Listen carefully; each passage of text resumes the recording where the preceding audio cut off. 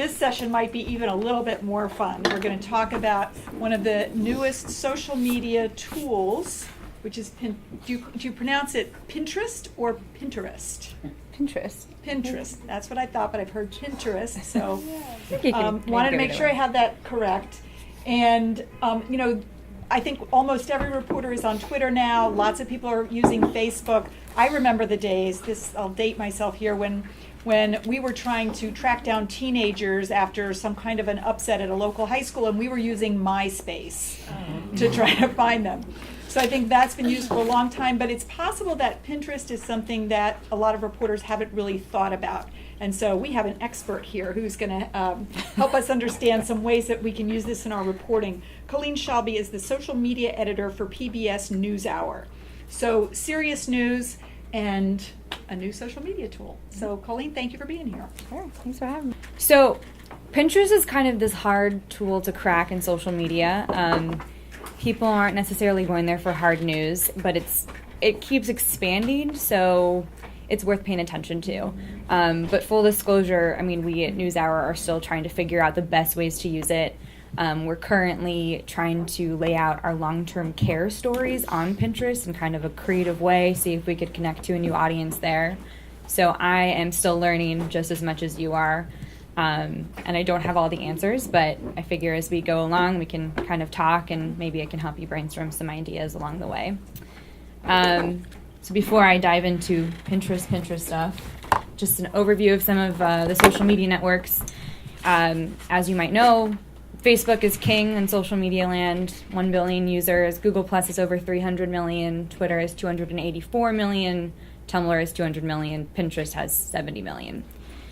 So before I get going, by a show of hands, how many of you are using Pinterest? So what are you using it for? If you want to just shout out. Food.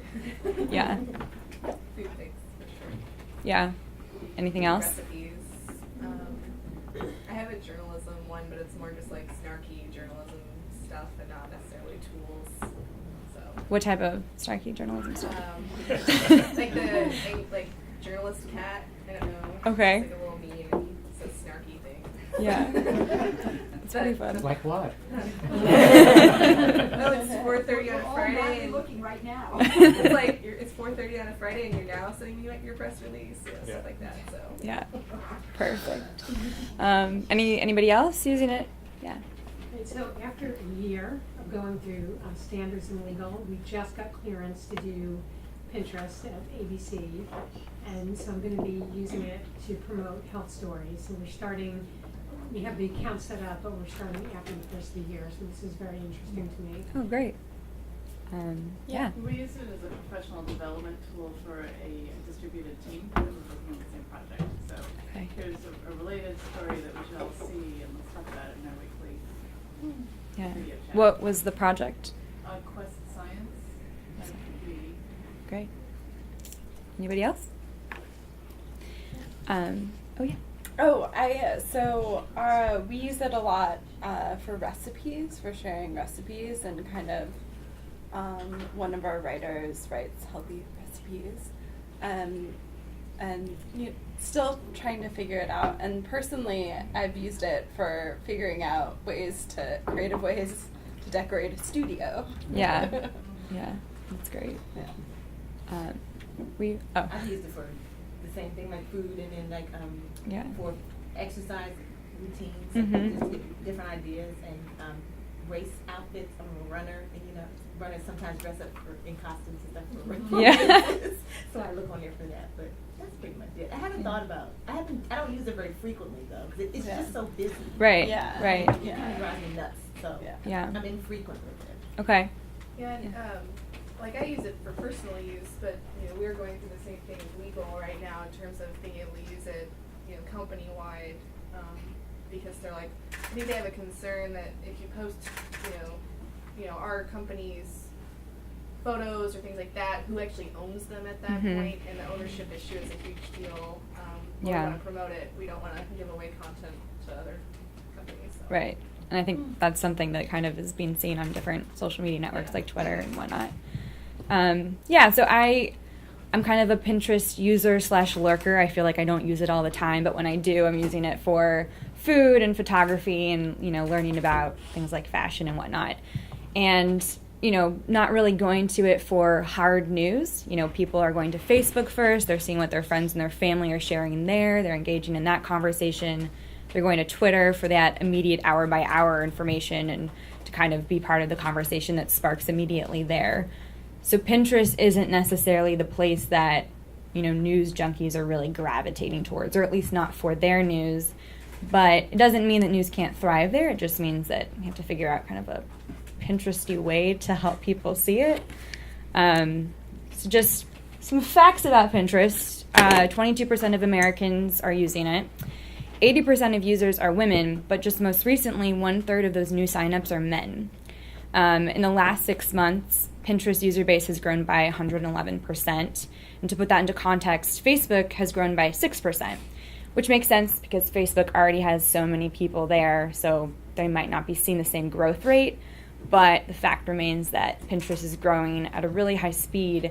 Their audience is expanding, which means that you've got, new news consumers who might be potentially going to it. And with new people, you have kind of new potential for what it could become. So, why should we pay attention to Pinterest? Growth, that's the number one reason. Anytime there's an expanding audience somewhere, there's a new group of people who might stumble upon your work that might not otherwise see what you do. And because Pinterest is expanding, not just in size, but also in gender and interests, that, kind of constantly evolving site means that you could have use of it at some point, even if you're not sure what. Yeah. Do you happen to know how it's expanding in age? Because my understanding was those 80% women were taking on. Yes. I think it is seeing more of a younger audience that's flocking to it. So just as younger people are kind of leaving Facebook and they're finding other areas of interest, I think Pinterest is one of those places that they seem to be landing. Did you have a question? Oh, you're just touching.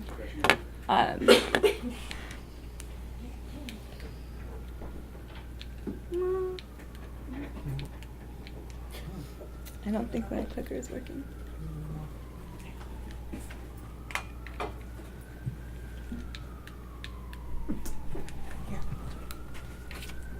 Oh, okay, there. So this is kind of what we talked about, right? If you're going to Pinterest, you're going there to see food and fashion and photography, and these are the things that are thriving on Pinterest. And like I mentioned, we were talking earlier, this is kind of a hard code to crack when it comes to news, especially when it comes to health. How are you showing these stories that are going to make people want to read something when they're probably coming to it for something like this instead? So, thanks. Yeah, so I just wanted to go over some examples of ways that you can use Pinterest as a reporter. I figured I'd kind of throw some questions at you and we can go from there. The first way is by engaging with new and existing audiences. If you want to click, thank you. So, social media now, it's a two-way street. People will invest in your stories if you invest in them. If you're using their voices, they're more likely going to come back to you because they know that you're actually paying attention to what's going on and you're listening to what they're saying. User-generated call-outs, I think, are one of the best ways that we can go about incorporating these voices by offering something of substance back to people, not just to humor audiences, but to also inform them. So have any of you done UGC callouts? Yeah, want to throw some out that you've done? Yeah. Can you clarify exactly what would that look like? Who's asking? And even more so, first, maybe you could talk a little bit about what the relationship is here. I don't use it, and I don't quite understand. Like with Twitter, Sure. I can see anything that anybody posts.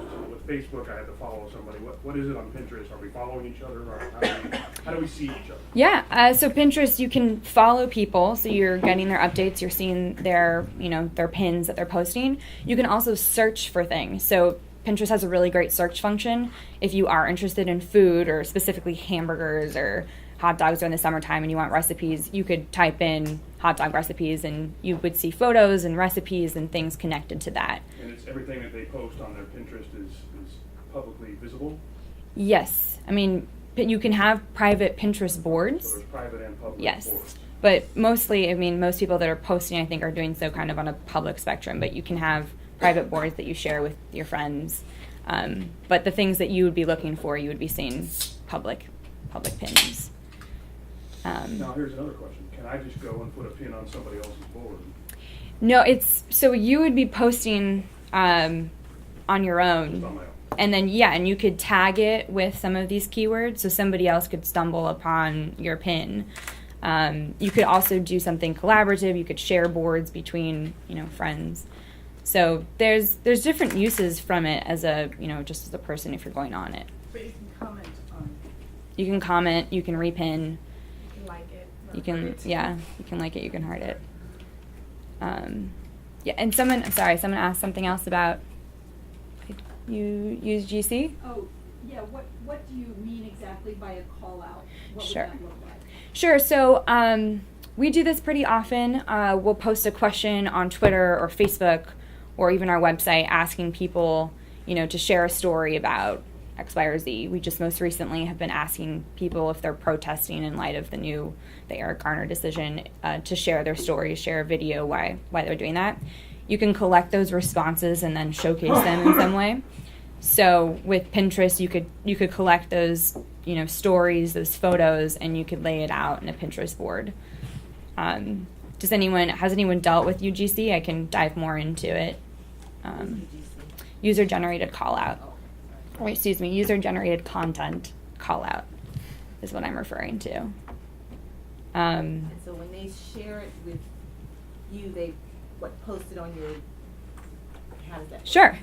So UGC is dealing with content that users are creating. So on Twitter, anything that somebody's posts, like a photo that they take and they post it on photo, that would be user-generated content.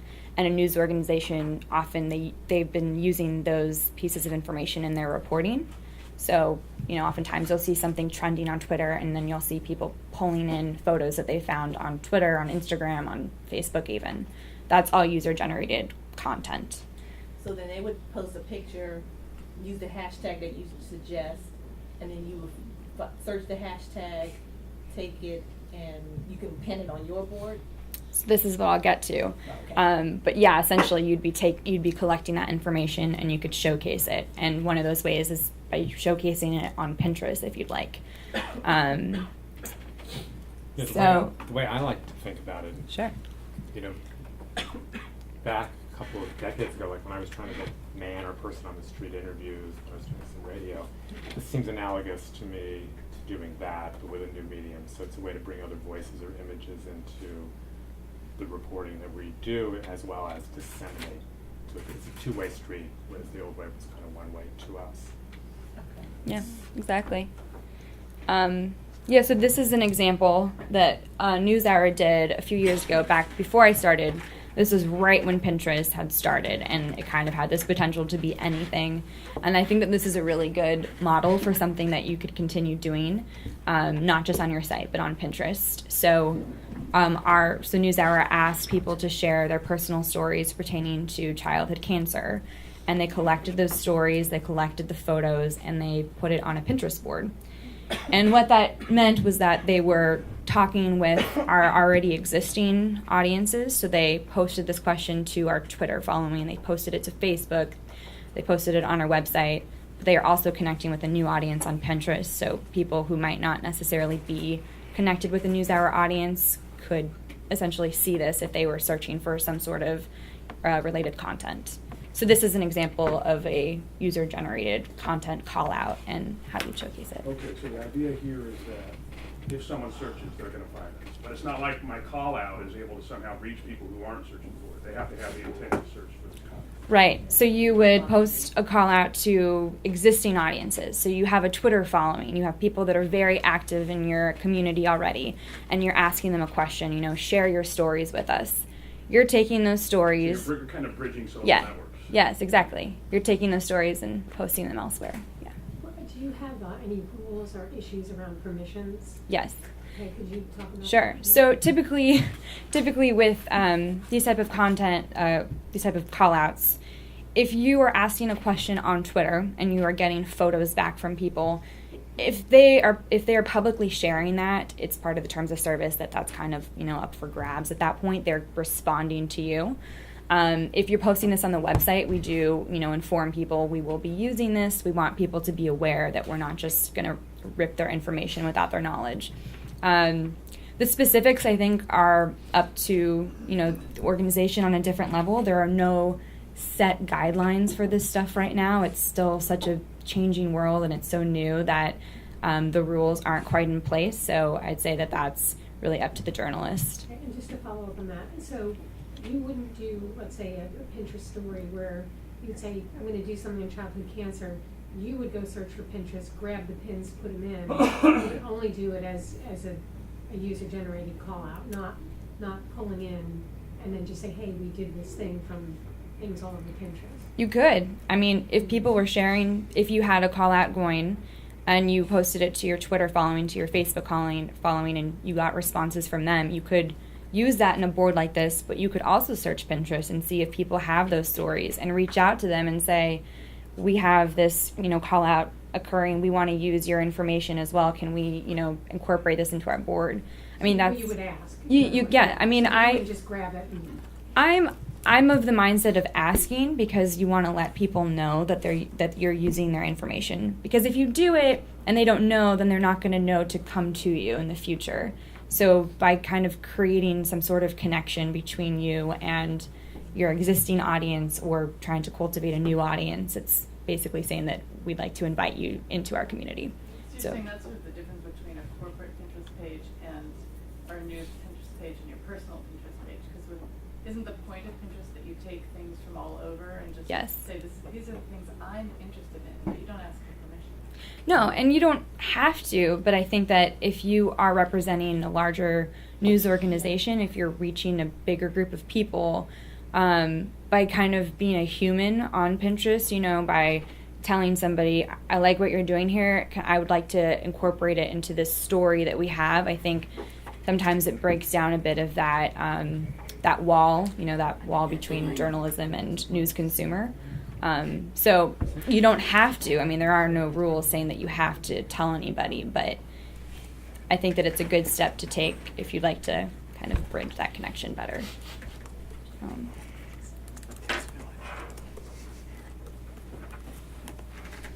So, yeah. Sorry? Yeah. Were there any questions about this particular example? Thank you. So another way that you could use Pinterest is looking for sources and finding stories through trends on Pinterest. So have any of you used social media to find sources? Okay, you all have. Have you used social media to find stories to write about maybe? Okay. What type of things have you found when you've been doing that? Yeah. I found a woman who survived colorectal cancer. She kind of was just kind of tweeting about it, and she was trying to start a little support group, and she kept using a particular hashtag. I'm sorry, I can't remember what it was, but she ended up being somebody local, and I interviewed her, and she was a feature of my story. That's great. Anybody else? I mean, we constantly put out on Twitter, we're working on such and such a story, if you're affected or this, if you were there at the time or if you're a witness, please give us a call. And we do get a pretty decent response from that. Right. Well, you could do the same with Pinterest. If you are writing a story about something in particular, I mean, you can, again, use Pinterest search function to find, to enter in keywords that are connected to that content and see who is posting things, pinning things, repinning things that might be connected to what you're looking for. So if you want to...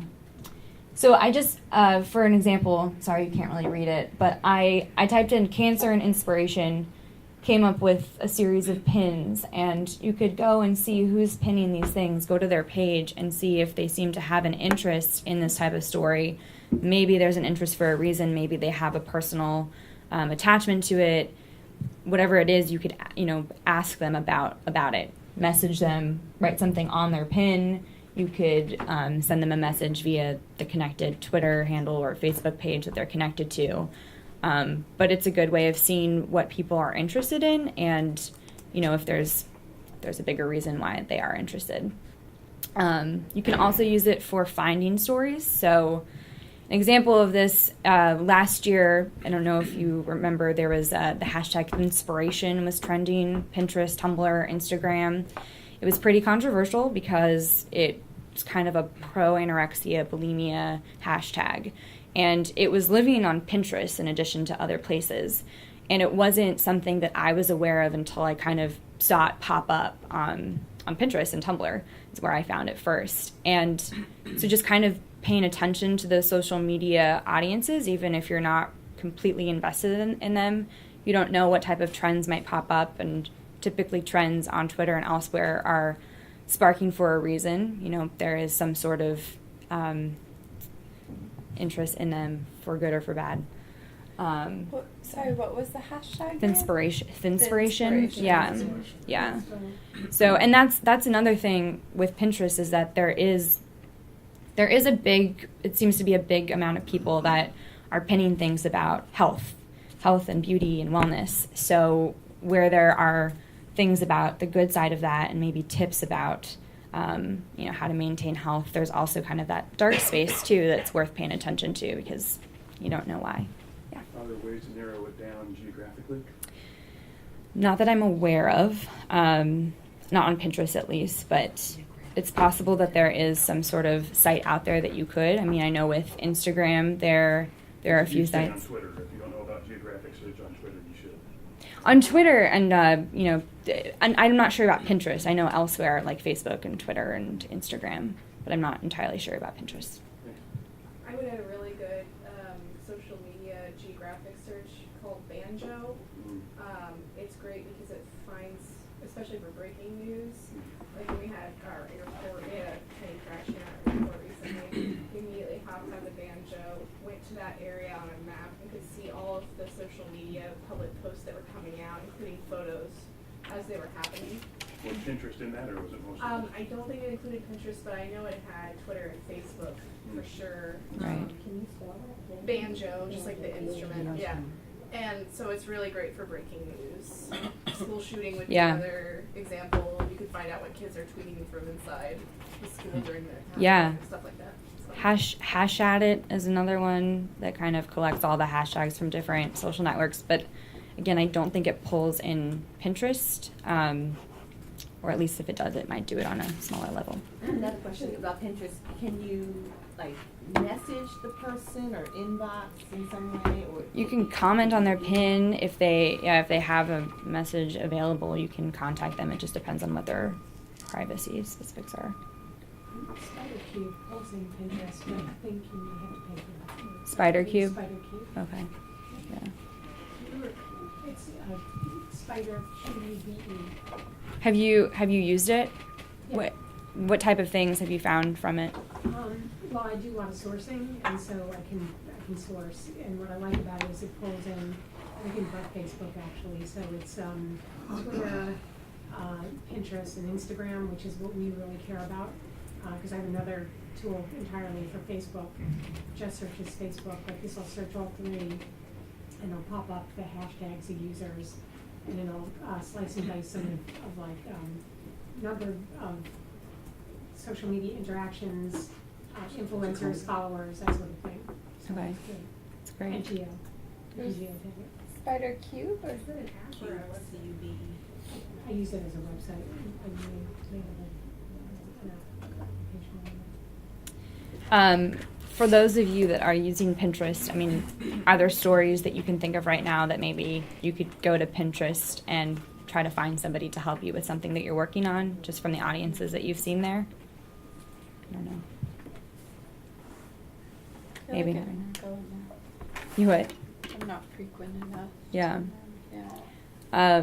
Well, I mean, I do think that it has a really great search function, so it's a great tool to play around with, just like Facebook's Open Graph source. Well, my last big example is to be a resource, which I think is something that is probably the easiest step to implement right now. And I think that, you can start right away. So right now, how are you using your social media to display your work? Examples. Are you talking about any social media? Or Any just social Pinterest? media, including Pinterest. I try to talk it up before I actually publish. Like I'll talk about just the little basics, like I just interviewed somebody, or I'm researching about this, and just to kind of pique interest. And then when I publish, like, oh, here's the final product, and I, kind of get people to follow me that way. It tends to work. And you do that on Twitter and Okay. on Facebook. Great. We do that too, but with enterprise stuff, we try not to tip off the competitors too much. We're like, we can tease it a little bit, but we don't want to give away too much. Or if we tease it, we want to do it within a day or two of it running. That way they don't have time to scoop us Yeah. on our own enterprise work. So, Yeah. yeah. Anybody else? Are you sharing your work, like the final product? Mhm. Okay, so how are you sharing your work? We usually pull like an interesting quote or the net graph for the Facebook post, or try to find for Twitter the appropriate hashtag. Like general business aviation, we have hashtag BizAve, which is a national hashtag for people interested in that if they're writing on that. So. I'm not sure if this is true or not, but we're supposed to ask a question. That for some reason they say questions matter. So whatever your article's about, you just say, somehow have a question and then list the article. Yeah. That actually kind of reminds me, I forgot to mention this, but in terms of the user-generated callouts, I think that that's a great way to do a follow-up to a story. If you're spending all this time reporting something, and if you can somehow incorporate your audience into the final product, you've put out all this great information, and maybe a day later, you're checking what the comments are about it, and you can maybe pose a question around that and draw people in that way. That's something another thing you can do with Pinterest is like that follow-through step. It's just a way of, having something that lets your story last a little longer. It's more shelf life. I have another question. Is it more favorable to create your hashtag or to use a hashtag that already exists? Oh, that's a great question. I think it depends. I mean, when there's a conversation that's already happening, you shouldn't try to go in and just like deter the conversation and make people veer elsewhere. If you can go in and talk to people through that hashtag that's, already started to surface, I think that that's a great way of pulling people in. If you are asking a question that's kind of unrelated to what people are talking about, I think creating a hashtag tends to spark a conversation. So I guess you could base it on the, whatever's happening. Case by case basis. Was there another hand? Did I miss? Okay. So just with being a resource, there's a few ways that you can do this. I mean, for one, you could share your work. You could categorize your work in different pins, helpful tips for X, Y, or Z, infographics, whatever it is that maybe you could break down your content by. And if you want to click, thanks. And so as we were talking about earlier, Pinterest is visual, and it's hard to sometimes, convey your stories through visuals. I don't know what all of you are working on, but I'm assuming that maybe some of those stories don't have an image that maybe is going to grab people right away. So you could also get creative and think about how you could portray a story. Maybe you don't have a great photo that represents like the latest in cancer research, but maybe you have a photo of a family who's been affected by cancer or whatnot. Like maybe there are different ways that you could go about sharing that information. You're also doing so much research as it is, and so part of being a resource is really trying to help people. So maybe you can create a board with that research, showing people what you're finding. And then, be a human, just like with social media everywhere on Twitter and elsewhere. I think it's important to share what you're finding, even if it's not going to benefit you.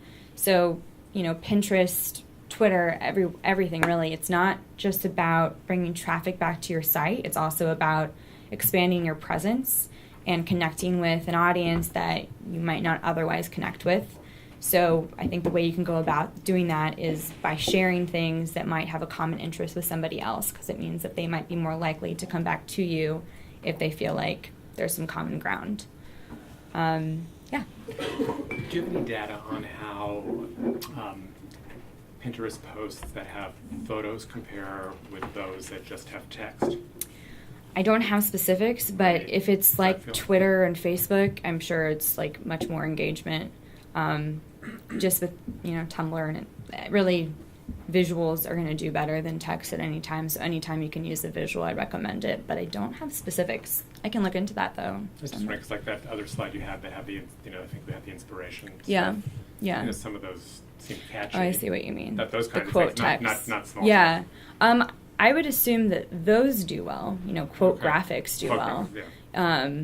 Yeah, I mean, I think anytime you can catch somebody, even if it's with a good quote, that usually stops people. I know on Twitter, at least, quote graphics do really well because you can get more information in one little bite. Do you know if video, does it host video or does it just link through to the page? It hosts video. So what are the demographics on video versus still photos?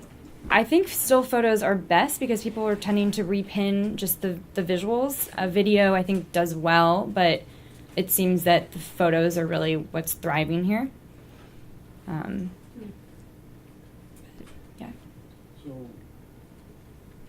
we post our photo, and it's a link to our photo on our site, or we're actually uploading the photo? No, you can plug in a URL to a story of yours. Going out to my site and pulling a thumbnail of that. Yes, and you can click. So if I click on that photo, it's taken them to my website. Right. And then underneath that, you can have some description of what it is. You could even, I'm going back to the UGC stuff, you could even post your call out question there and ask people, to pin something on Pinterest and tag it. My next question is, is there any data on the click-through rate and the percentage of people who see this beautiful photo thumbnail and actually follow to your site? I think Pinterest, similar to Twitter, is going to be more about repinning. Just like Twitter, you're not seeing as much click-through as you would see on Facebook. Facebook, when it comes to traffic, that's where traffic is coming from. It's the top referral site. Twitter and Pinterest, I think, are more similar in terms of people are really like wanting to see the information right then and there. They don't necessarily going to click on to learn a whole lot more, but that's not to say that they won't do it. So if I've got a great cancer story with a killer photo, the chances that they're actually going to read the story are slim. Well, if that's the thing, is that I think where Pinterest, the things that thrive there are things like food and photography and whatnot. But if you're posting something about cancer, you don't get a whole lot from a photo. So in this situation, people might be clicking through to learn more. A cancer health story about what you should eat to not get cancer. Yeah. I mean, is there any real data though in terms of what percentage actually bother to take the next step? The click-through rate, I have not seen that, but I can explore more and see if it's out there. I think that you raise a good point because Pinterest is changing so much, especially when it comes to news.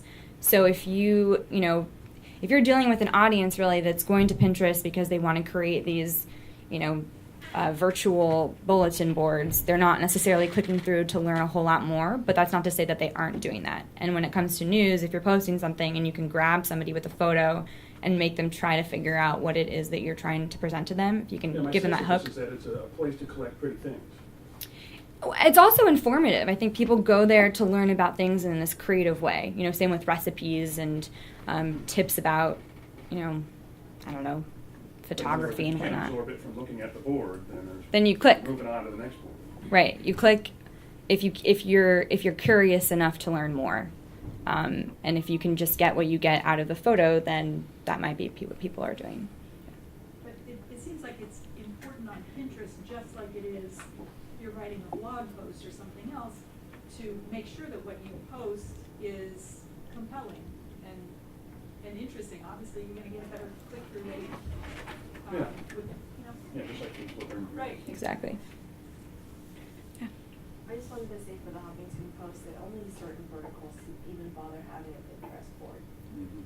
Like travel, style, food, healthy living, that's us. And I don't think that we have a presence from like HuffPost Politics or something. And even that, we don't pin every single story that we publish, we only get in ones that are especially beautiful or visual. And I'm not really sure that, I mean, I guess obviously traffic is everyone's ultimate goal, but in amassing these boards, we are also creating followings in different channels and attracting a different demographic that we wouldn't have been able to reach without using Pinterest. And that's what I noticed with Twitter and Facebook. It seems like you need to know your audience, and you need to funnel a certain kind of story into a certain kind of position. You need to know kind of what, like if I write a story about breast cancer, I'll go on Facebook and I'll find the local breast cancer support group, and I'll post my story to their site because I think they might have an interest in it.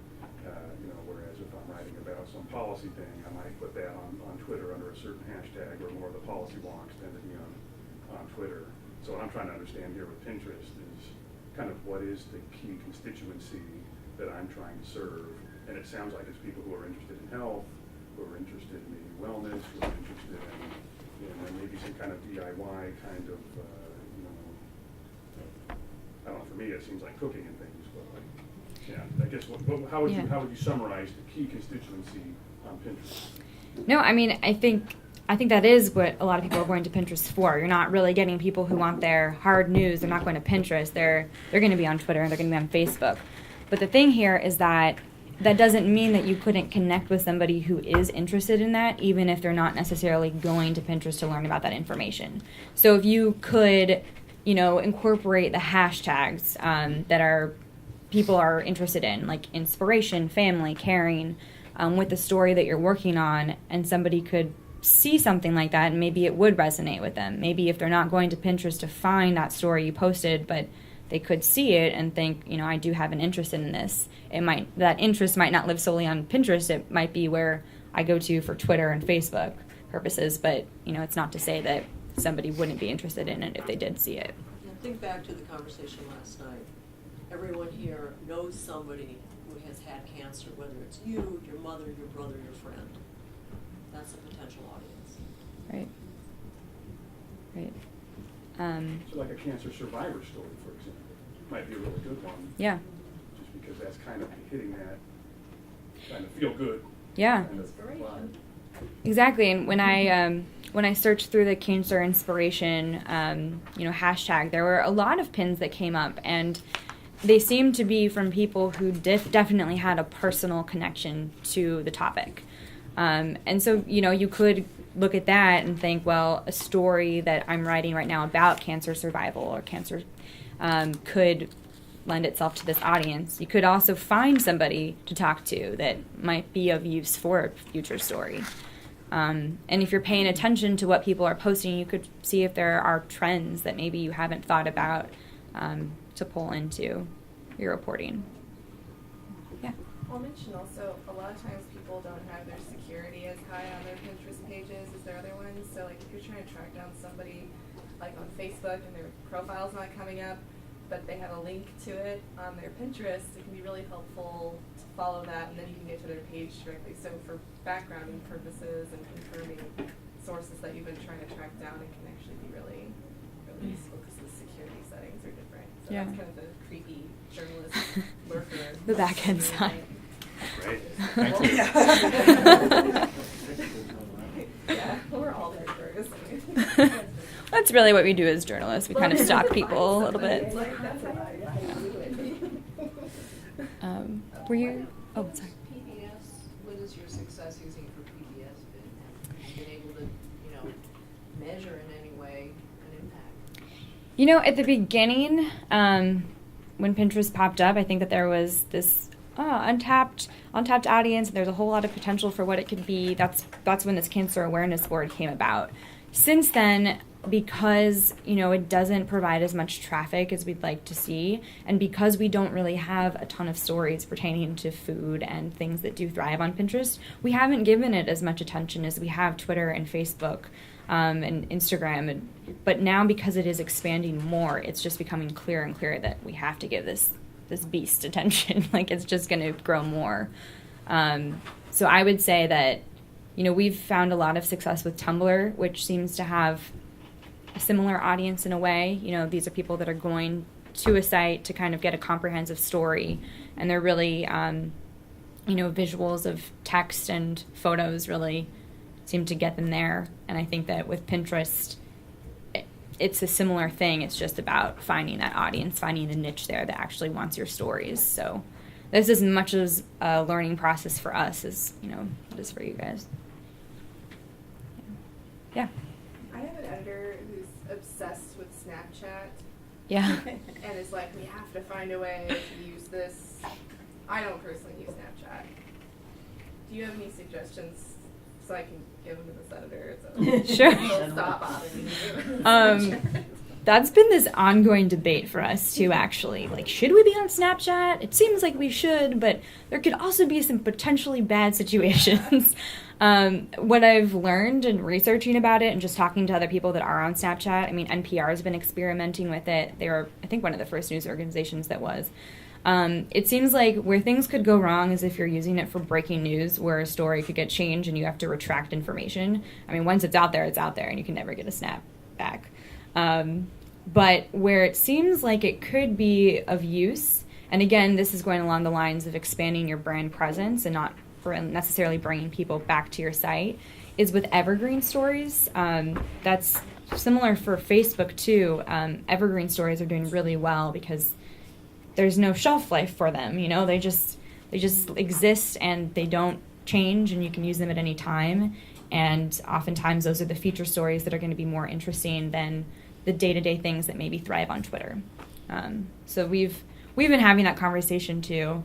We haven't started one up yet, mostly because I think everybody's a little hesitant, but I just really want to tap into the younger folks, but I don't think the senators even used it before, but they just keep bringing it up. Yeah. And I'm like, hold on. I think the way to go about it is just being careful. Because it's different if you're with your friends and you make a spelling mistake, nobody cares. But if you're dealing with something on the news side and you do make a mistake, you can't issue a correction quite the same way. So.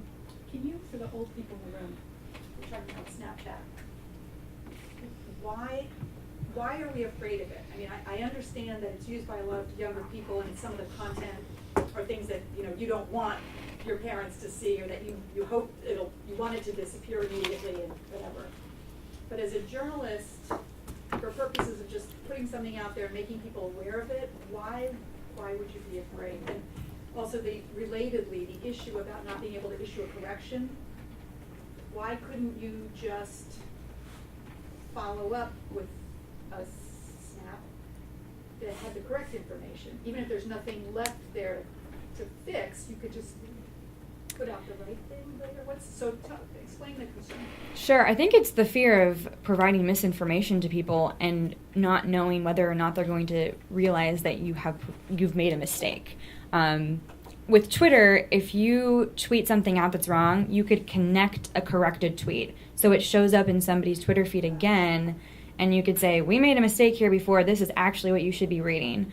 You can edit a Facebook page, you can edit an Instagram caption, you can edit a Tumblr post. But with Snapchat, I mean, the minute you send something out, you can't pull it back, you can't remind somebody that you just sent this out and you just read it, and maybe 3 hours later they go back and they see that you've, issued some sort of correction, but they don't necessarily remember what it was that they saw. Right, so you can't connect your Right. Got it. Right. So Snapchat deletes after a certain number of minutes, right? It's like 20 seconds, I think, Real 15 fast, seconds. Yeah. So then why would a news organization want to use that? Well, it goes to this expansion of your presence.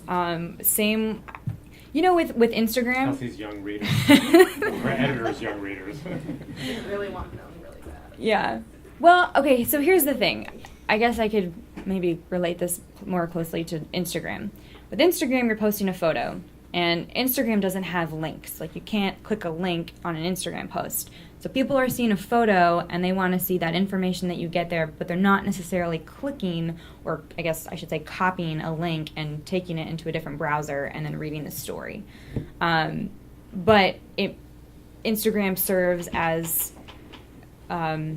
kind of an expansion for your presence. You're tapping into a new audience. We have a lot of really younger people that are following us on Instagram that I'm sure have never watched the PBS NewsHour. But they're there, and it's important to be there for people that are going to be the new news consumers in 5+ years as news continues to change. So I think this conversation about Snapchat is trying to connect with a new audience that might not otherwise have heard about you, but in this domain, they know who you are. That point that you made Yeah. is really They'll forget about you. Yeah. When you're young, and then they'll remember you. Yeah. From what I've seen, there's really no good information to show that kind of thing, like Instagram, actually someday translates to that person who never heard of you actually going to some source and consuming any of your actual content. Well, And a lot of my editors are like, why should we be providing content for someone else's advertising when we have no causal relationship to them? and I think that that's something that's going to continue changing because there's this social media is still such a new world. I mean, we still don't really know what it's going to become. It's just kind of this thing that's living and growing and evolving, and we don't know what it's going to be ultimately. But I think that as these social networks are developing analytics for their site, like Tumblr just rolled out analytics for the first time last year, and it's been super helpful because there's such a huge amount of people living on Tumblr. I think as more social networks, actually start researching the metrics about their audiences and trying to help, brands and individuals alike know who their audience is, I think that it could be useful at some point. I mean, right now, social media is kind of like a Venn diagram where you have these very distinct audiences, but you have this clear overlap. And knowing that overlap is still a bit unknown, but it's not to say that we might not know who our overlapping audiences are in the next year or so. So I think that that's why it's important to have a presence in as many areas as you can, because as these networks continue to grow, so too do the metrics behind them, and that's going to be useful. The problem that we have is that there's only so many hours in the day, and if I'm tumbling and tweeting and Yeah. when do I actually get to call and do an interview or go out? Yeah. No, I mean, and that's... It just gets to the point where I need to narrow things down to things that I can prove work. Yeah. Well, and I think that that's why you experiment, is you see what works for you, and you might find that you have successes here, but you haven't really figured this out, so maybe you should give more attention to Facebook or Twitter and a little less to Tumblr and Instagram, and then use Pinterest in your time when, you can actually devote that 20% time to it. The sad thing is that we know from marketing experts that it takes about 7 exposures to most brands and products for a consumer to act on it, if they're likely to act. So if you put 7 things up on Instagram, then maybe the next time somebody sees you on a newsstand or gets a link from you, they're maybe likely to open it. But that's, as you say, we're all struggling with this lack of time, and people do have to really prioritize what works for them. Yeah. Well, but also maybe it helps you decide how to approach your product in terms of, okay, I'm writing a story on this development. Maybe we roll a photo and make him shoot some video. Maybe we put the video up in a different place. Right. Maybe we decide to produce different content than we otherwise would have. Yeah, and I mean, figuring out what resonates with what audiences is really key, I think, to being successful. You have it in your mind, these younger people are going to want this delivered in a video form, so we need to make sure we put a priority on that. Right. I can tell the boss, well, this plays well on Pinterest. Right. Well, And if you look at your research as your biggest investment in the story, and you can spin off several different stories at a time. I think that's where we're headed, is like tailoring one story in 7 different ways at the outset, like before you even roll anything. Right. Assets at all. and making sure that you have a distinct voice across all networks, but maybe you talk in a different way. I mean, kind of like code switching in terms of social media, I guess, where you're talking to people on Tumblr in a different way than you might be on Instagram and X, Y, and Z. I mean, I know our Tumblr audience is a bit quirkier than our Facebook audience, and so we can play up some of our like offbeat stories and write them in a more fun way than we would on Facebook or Twitter. So, yeah. I know we're talking about Pinterest. I'm just really curious of your thoughts. Is there any point at all to doing Google Plus? Other than it raises your rankings, you know. Other than the SEO boost. Everybody just posting their stuff too. Yeah. What do you think? So this is one of those things that we talk about a lot because we have so many people on Google Plus, and we wonder how many of these people actually are on Google Plus. Yeah, it's a very dormant audience. This is my biggest argument for paying attention to it, at least on a basic level, is because it's Google, and Google just continues to change things around, and it might not be what you need it to be right now, but in a year they could add, you know, X amount of features to Google Hangouts, and all of a sudden people are flocking more to Google Hangouts, or they're flocking to Google Plus. So I would say paying attention to it based on the fact that it's a Google product is probably like my biggest reasoning, but yeah. Do you get any engagement at all? I'm just curious. We do. We have a pretty smart audience on Google Plus. Like, the people that are talking to us there seem to be very informed. So we do get engagement there. But it also is the same people engaging. So we know that it's not necessarily, or at least for us, doesn't seem to be like pulling in a whole new crop of people.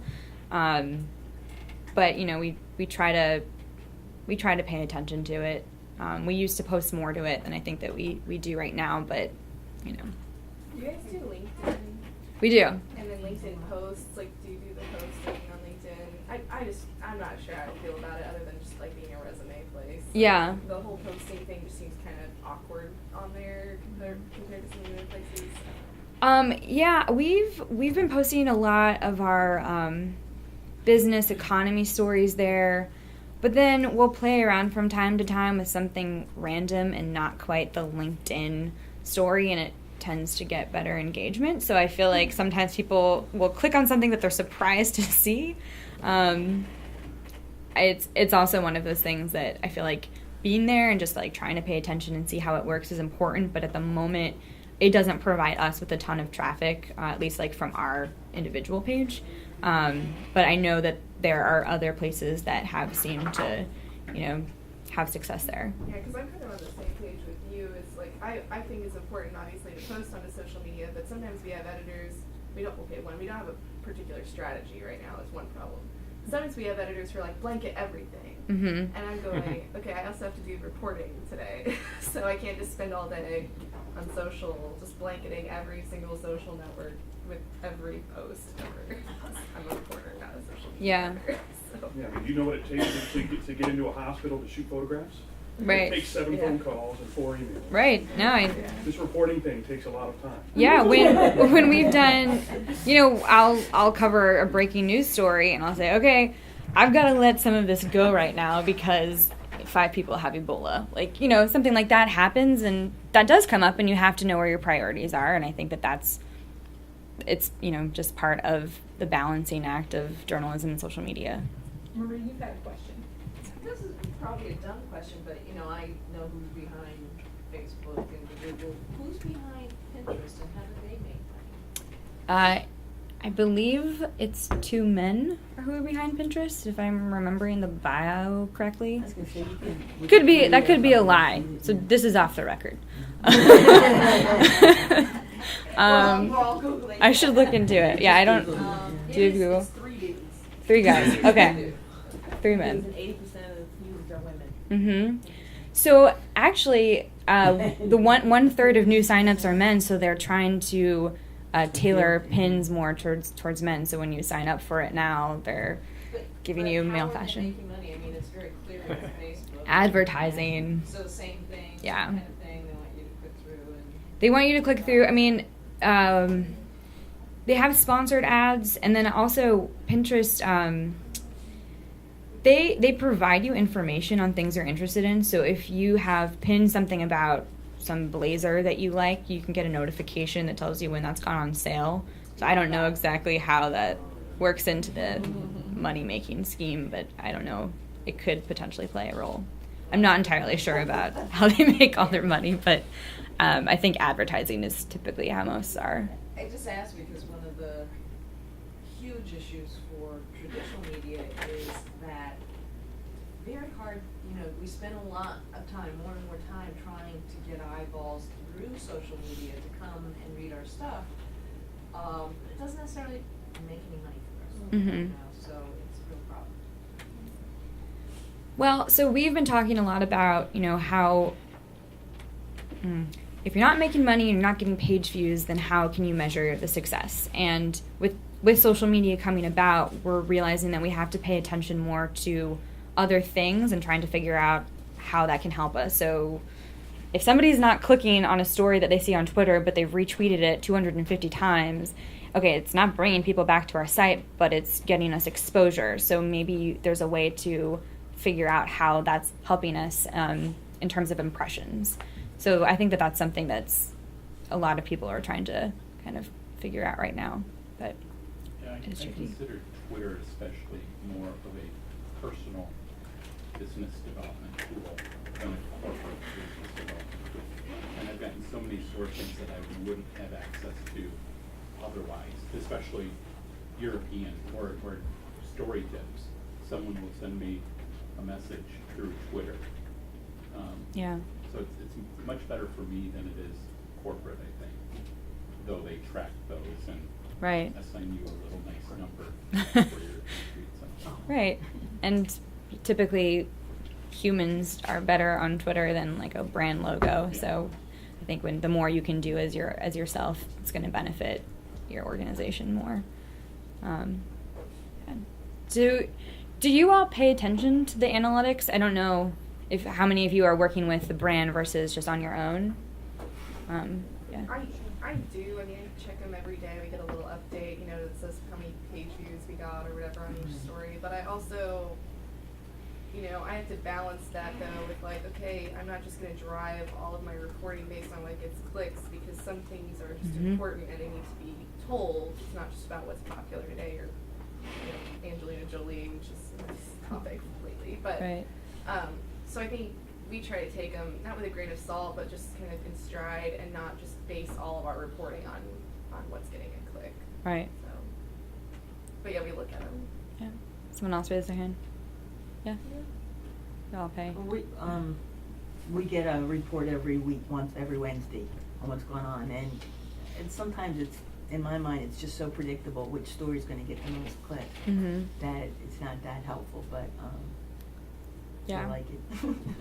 Yeah, I mean, I think to the extent that you can pay attention to the analytics, it's helpful in knowing what works and what doesn't. And I try to experiment a lot. Like some days, if I have more time, I'll say I'm going to devote, X amount of time right now to posting things that I wouldn't normally post to Twitter on Twitter, and I'm going to do it at a higher volume than I normally do. And sometimes changing up your routine and figuring out if something that you've changed has helped in some way can really lead to a different strategy that might be better than the norm. So I'd say that with Pinterest, if you're trying to figure out if it's going to help you, maybe spend a week kind of devoting an hour each day to Pinterest at a different time of the day and see if different stories are doing better and why they're doing better. Because I think you put so much time into social media, and trying to actually understand what works and what doesn't is really helpful when you can find that information out.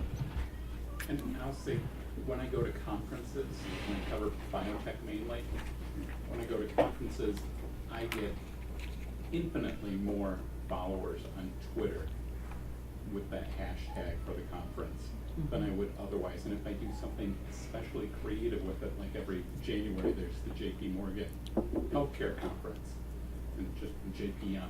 So a couple of years ago I came up with JPM pickup lines, because it's where companies and investors go to it's incredibly successful. In fact, last year was the second year of it, and people were like, when are we going to start JPM pickup lines? I mean, it was like something building to it. But I wouldn't use that necessarily on Twitter or on Pinterest, I think.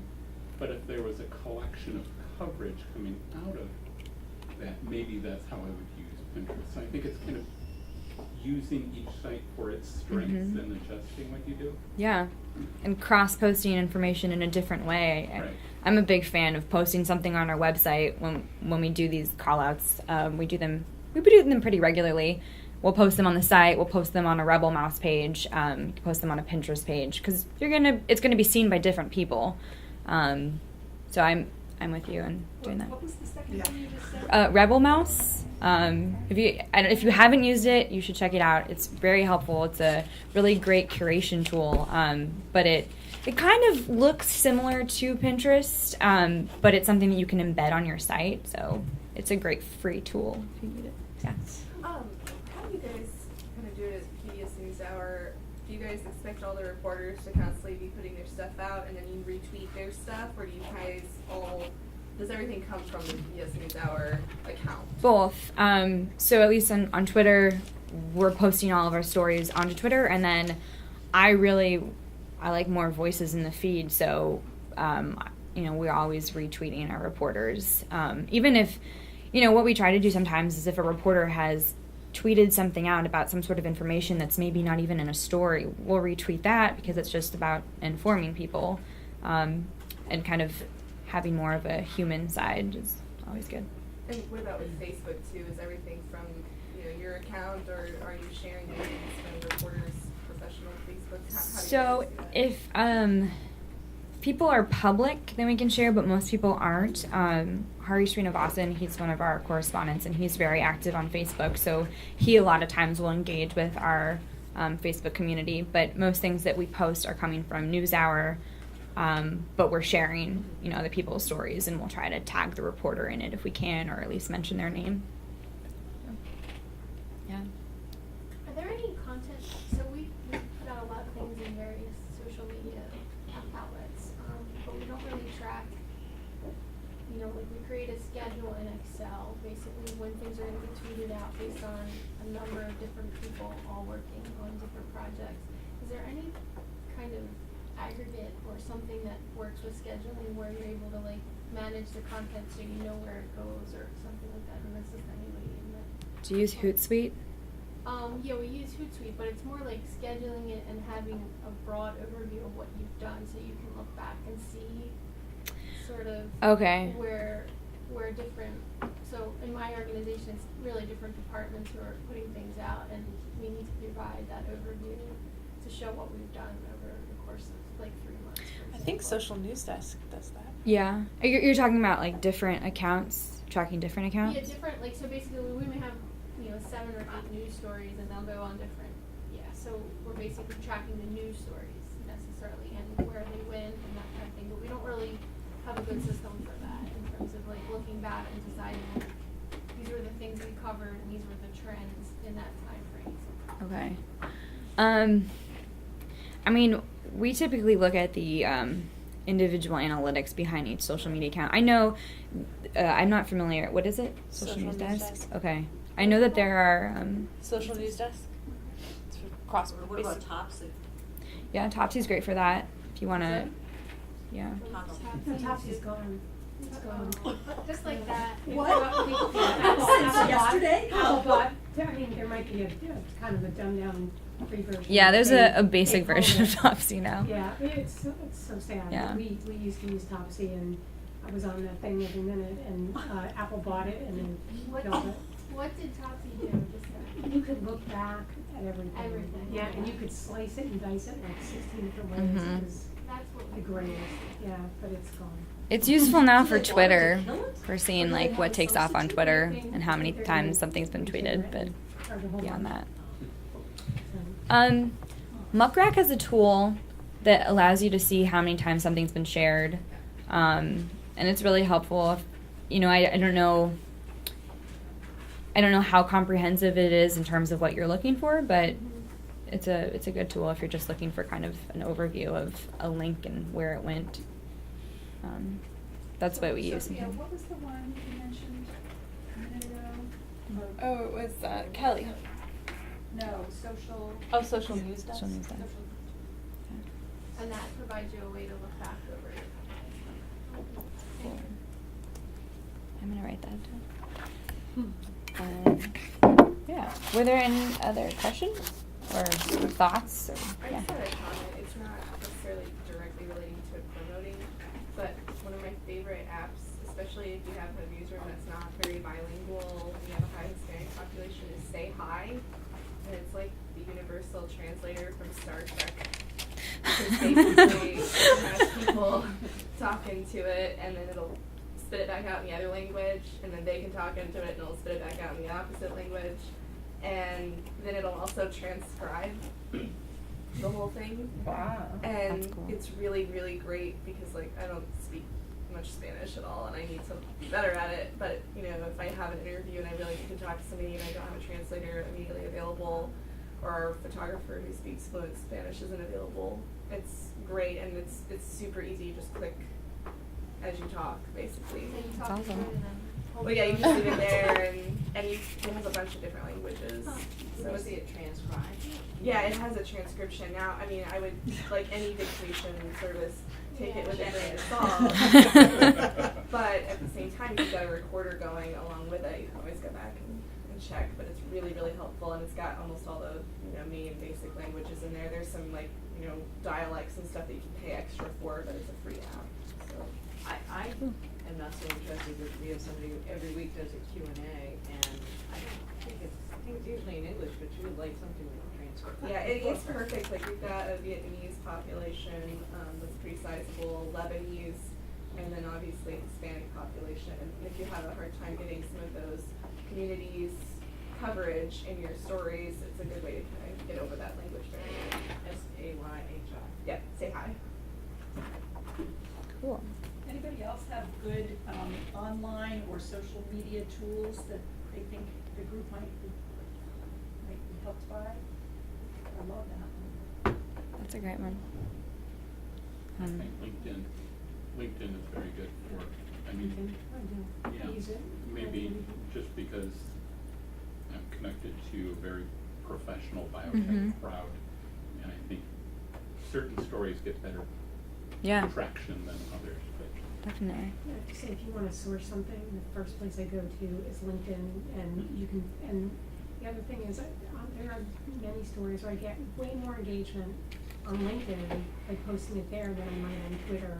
Not that, Facebook. Mhm. That's where most of it is, but I can sometimes get double or triple the engagement by posting it to LinkedIn, and I find it's because when people post there, it's a no-nonsense sort of. You're not just posting like your party pictures and things like that. So I do too.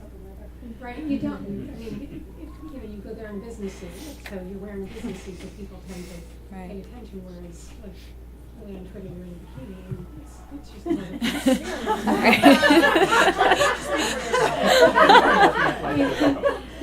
That's why I'm following you.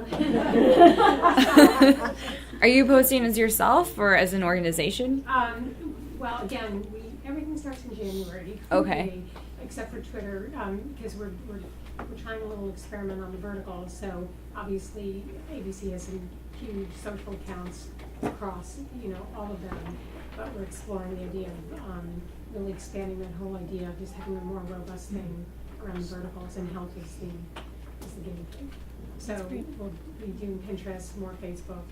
We're trying Twitter. I'm doing, whereas like HuffPost has 1.2 million on their healthy living, we have 7,000. So we really just started it. Isn't this that you're doing the 1 minute Facebook? Right, and David Muir's doing the Facecast, right? Yeah. Yeah, which has been great. Yeah. It's been really well received, and the numbers are good. And what is that? The Facecast? It's he's doing 1 minute. David Muir, who's the our correspondent, he's doing the just a 1 minute encapsulation of the news. And that's being embedded directly into Facebook, not as a YouTube. Right.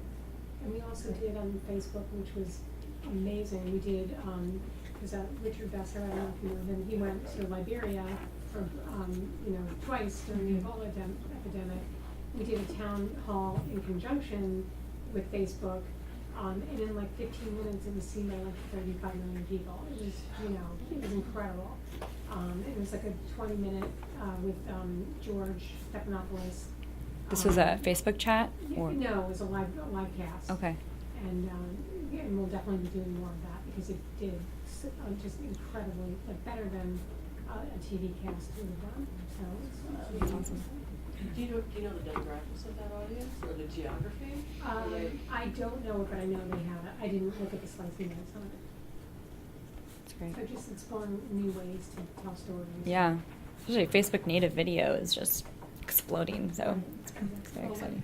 We heard that Facebook is really pushing that by subduing, damping other video. Mhm. Video that links to YouTube and other sites gets far fewer, comes up much less often. Right. It's a deliberate, this is part of their. That algorithm, it keeps Right. changing. They change their algorithm to push Yeah. their own native video, is what we heard from, who just told us that yesterday, or the day before, somebody Tom said that. Davidson from. Oh, yeah. Right, Tom. Cool. Yeah. Yeah, so that's good to know, I guess, if you're looking to get lots of Facebook hits on your video. Yeah, but stay tuned, it'll change in a month. And they won't tell you how or why.